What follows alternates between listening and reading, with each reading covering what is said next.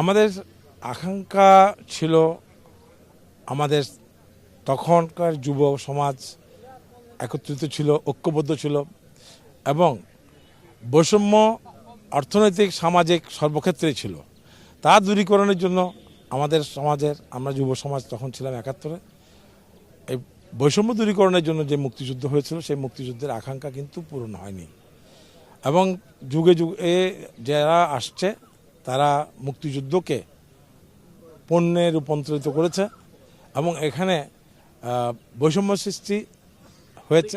মুক্তিযোদ্ধার তালিকা করার জন্য আমাদের চেষ্টা চলছে, আমরা মন্ত্রণালয়কে বলেছি এবং সত্যিকার অর্থে প্রথমে আমরা যখন ছিলাম ১৯৭১ মুক্তিযুদ্ধে, তখন আমাদের সংখ্যায় ছিল সর্বসাকুল্যে ১ লক্ষ থেকে ১,১০,০০০।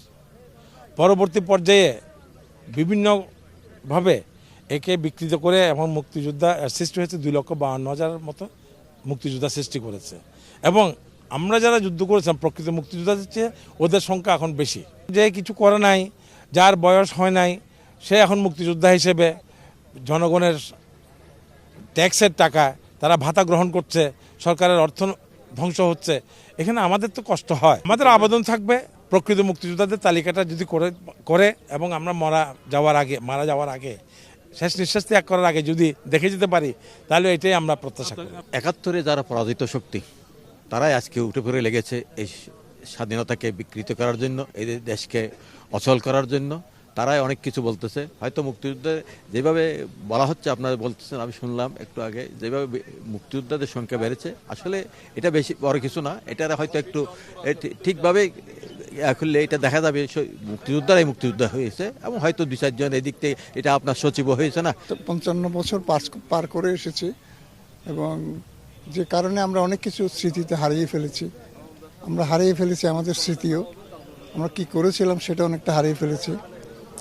আমরা যে কারণে যুদ্ধ গিয়েছিলাম, যে ঐক্যবদ্ধ নিয়ে সেই যুদ্ধের যে প্রতিফলটা হওয়ার কথা ৫৫ বছর পরে হয়তো আমরা অত্যন্ত এটা ধোঁয়াশা হয়ে গেছে বলে আমার মনে হয়। এবং যুদ্ধের সময় আমরা অত্যন্ত ঐক্যবদ্ধ ছিলাম, সাহসী ছিলাম এবং যে কারণেই প্রতিটি জাতিকে আমরা নিয়ে কিন্তু ঐক্যবদ্ধ হয়ে সেই পাকিস্তানের সেই দুর্ধর্ষ সেনাবাহিনীকে আত্মসমর্পণে বাধ্য করে আমরা কিন্তু স্বাধীনতা ছিনিয়ে এনেছিলাম। নতুন প্রজন্মের মধ্যে অনেক কিছু আছে, এটা আপনারা যারা সাংবাদিকতা করছেন তাদের কাছে আমার প্রত্যাশা থাকবে যে আপনারা তাদেরকে এই বার্তাটা দেন যে আপনারা সেই কঠিন